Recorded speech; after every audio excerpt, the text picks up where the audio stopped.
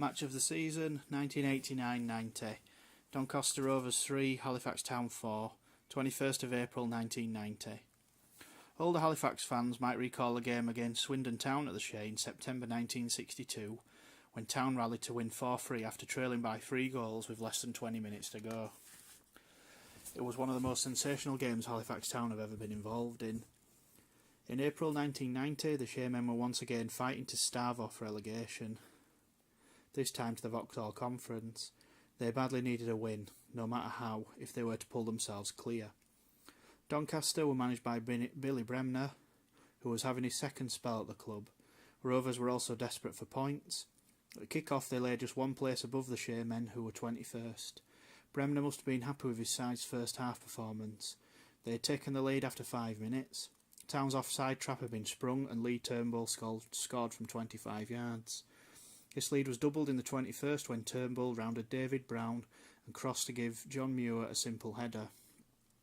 5 minutes later it was 3-0 when David Hall unselfishly set up Neil Grayson.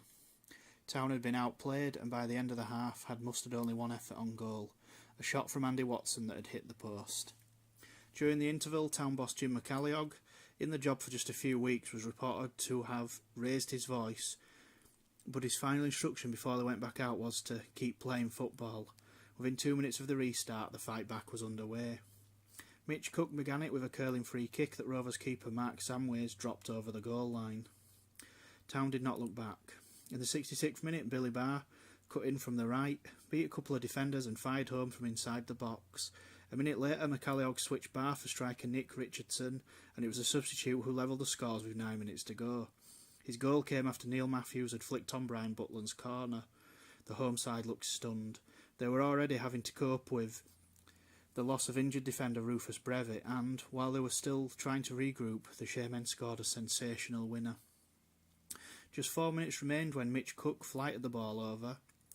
Butler latched onto it on the right-hand side of the penalty area and struck a mighty shot that gave Samways no chance. The fight back was complete, and the small band of Tram supporters went delirious. The two clubs traded places in the league, but neither were yet safe. The Shea men secured their own survival with a goalless draw against Burnley in their next match. Shell-shocked Doncaster promptly lost a crucial 6-pointer with bottom side Colchester, but eventually gained the points they needed.